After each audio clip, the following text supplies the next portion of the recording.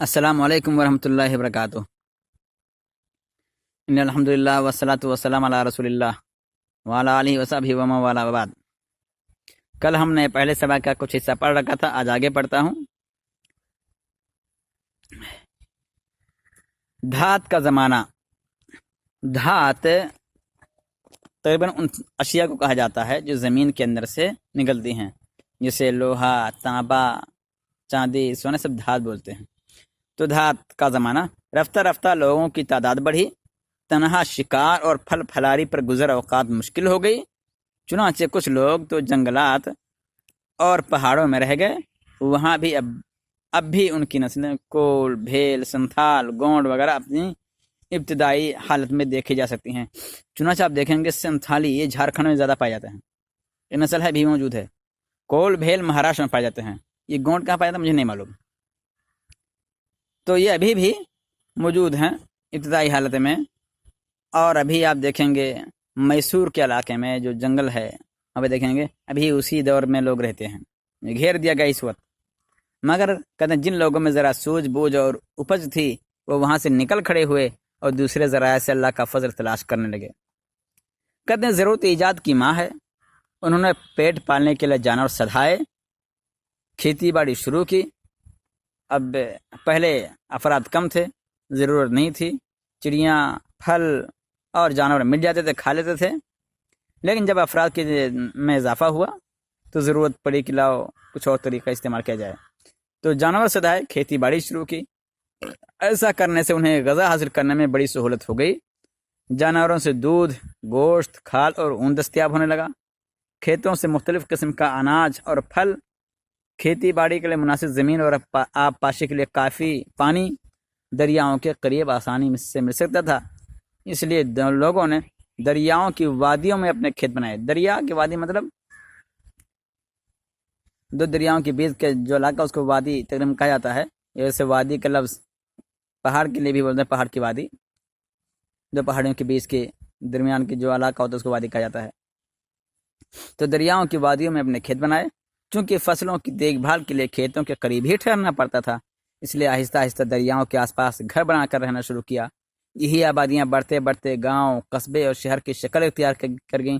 یعنی شروع میں تھوڑا ایک دو لوگوں نے گھر بنایا، اس کے بعد دھیرے دھیرے ان کی آبادی بڑھتی گئی، ان کے لڑکے بڑھتے گئے، یا کچھ اور دوسرے لوگ بھی وہاں پہ آ کر بس گئے، تو یہ گاؤں دیہات بن گیا، قصبہ بن گیا، شہر بن گیا، زیادہ ہو گئے۔ تو اس مدت میں انسان نے دھاتوں کا استعمال بھی سیکھ لیا تھا۔ اب وہ پتھر کے بھدے سامان کی جگہ دھات کے ہتھیار، برتن اور زیور وغیرہ بنانے لگے۔ شکار کرنا، نیز جان بچانے کے لیے تیر، کمان، بھالے اور گرز وغیرہ کا استعمال بھی شروع ہو گیا۔ تیر کمان آپ جانتے ہوں گے، بھالا بھی آپ کو معلوم ہوگا۔ گرز وہ ہوتا ہے جو آپ نے اگر اپنے گاؤں میں کبھی رام لیلا کے میدان میں اگر کبھی گئے ہوں گے، ہندوؤں کے تہوار میں، حالانکہ جانا نہیں چاہیے، تو ایک موٹا سا ہوتا ہے جس کو تقریباً ہم لوگ گدا بولتے ہیں، تو گدا ٹائپ کا، اسی کو گرز کہتے ہیں۔ اس لیے اس دور کو ہم دھات کا زمانہ کہتے ہیں۔ آگے ہے ہڑپا اور موہنجوداڑو۔ کہتے ہیں ہمارے ملک کی قدیم ترین بستیوں کے جو کھنڈرات کھدائی کے بعد برآمد ہوئے ہیں وہ دریائے سندھ کی وادی میں ہڑپا اور موہنجوداڑو کے مقامات پر ہیں۔ یہ اب انڈیا میں نہیں پائے جاتے ہیں، پاکستان میں پائے جاتے ہیں۔ سندھ پاکستان میں ہے۔ خیال ہے کہ یہ شہر عیسیٰ علیہ السلام سے تقریباً 3000 سال قبل یہاں پر آباد تھے۔ ان کے کھنڈرا بولتے ہیں جو شہر، جو علاقہ، جو آبادی ٹوٹ پھوٹ کا شکار ہو جاتی ہے، گرا پڑا ہو جاتا ہے، پورا گھر اجڑ جاتا ہے، وہ اسی کو کھنڈرا بول جاتا ہے۔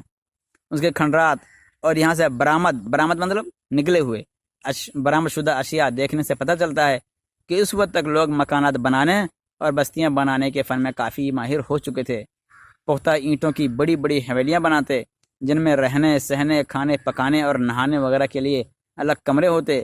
غسل خانوں میں پانی گرم کرنے کے لیے حوض اور صحن میں پختہ کنویں بھی بنائے جاتے تھے۔ وہ انشاءاللہ اگر مجھے ملا تو تصویر آپ کے گروپ میں ڈالوں گا انشاءاللہ۔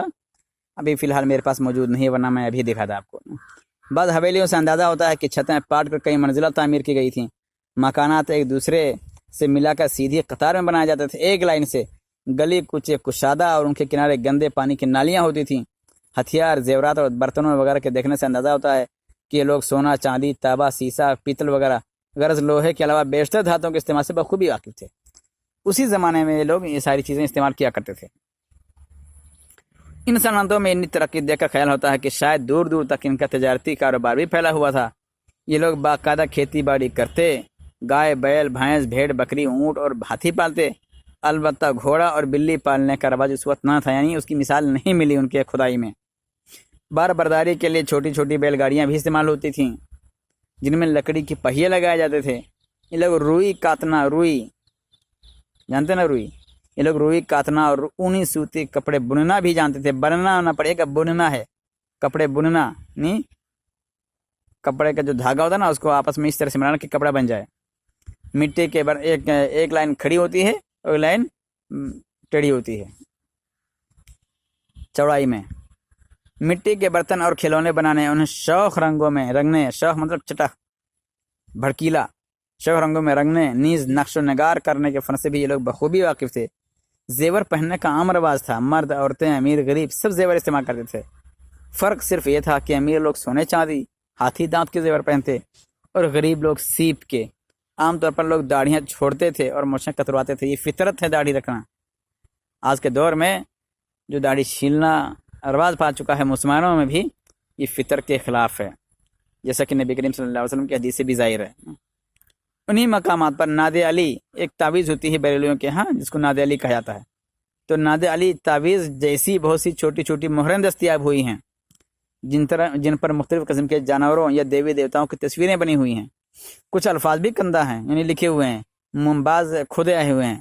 بعض مٹی کے برتنوں اور تانبے کے ٹکڑوں پر بھی کچھ لکھا ہوا ہے. کہتے ہیں ابھی تک ان کی زبان تو سمجھ میں نہیں آئی ہے اور نہ یہ الفاظ پڑھے جا سکتے ہیں، لیکن ان سے اس بات کا ثبوت ملتا ہے کہ یہ لوگ پڑھنے لکھنے کے فن سے بخوبی واقف تھے. ان کے لکھنے کا رخ ہندی کے خلاف عربی کی طرح دائیں سے بائیں تھا. یاد رکھے گا یہ نقطہ، یہ پوائنٹ یاد رکھے گا کہ اس دور میں، پرانے زمانے میں، جو بھارت میں موہن ہڑپا کے زمانے میں جو سب سے پہلی آبادی، جو سب سے پہلا ثبوت ملا ہے انڈیا میں یا اس علاقے میں آبادی کا، اس زمانے میں بھی سنسکرت کی طرح بائیں سے دائیں، ہندی انگریزی کی طرح نہیں لکھی جاتی تھی عبارت.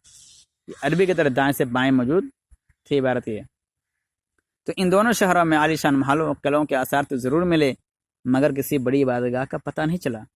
اس سے معلوم ہوتا ہے کہ لوگ عبادت گاہوں سے زیادہ مکانات آراستہ کرنے کی طرف متوجہ تھے. اس سے یہ ثابت قطع نہیں ہوتا کہ ان کے یہاں عبادت نہیں ہوتی تھی، لیکن بہرحال اس کا ثبوت یا اس کی نشانی نہیں ملی ہے. البتہ مورتیوں اور مہروں وغیرہ پر کندہ تصویروں سے پتہ چلتا ہے کہ لوگ اللہ کے ساتھ مختلف دیوی دیوتاؤں کو شریک کرنے لگے تھے. دھرتی ماتا یا کالی مائی اور شیو جی وغیرہ کی پوجا ہونے لگی تھی. بعض درخت اور جانور مثلا پیپل اور سانڈ یا بچھڑے وغیرہ کی بھی پرستش ہوتی تھی. پوجا پاٹ کے مواقع پر ناچ باجے کا اہتمام ہوتا تھا. بعض دیوی دیوتاؤں پر آدمی اور جانور بھی قربان کیے جاتے تھے. غرض مصر اور عراق کی طرح ہمارے ملک میں بھی شرک اور بت پرستی کا رواج ہو چکا تھا. مہروں کے دیکھنے سے اندازہ ہوتا ہے کہ انہیں بھوت پریت پر اعتقاد اور جادو ٹونے، نیز تعویذ گنڈے کا بھی بڑا زور ہو گیا تھا. السلام علیکم ورحمۃ اللہ وبرکاتہ.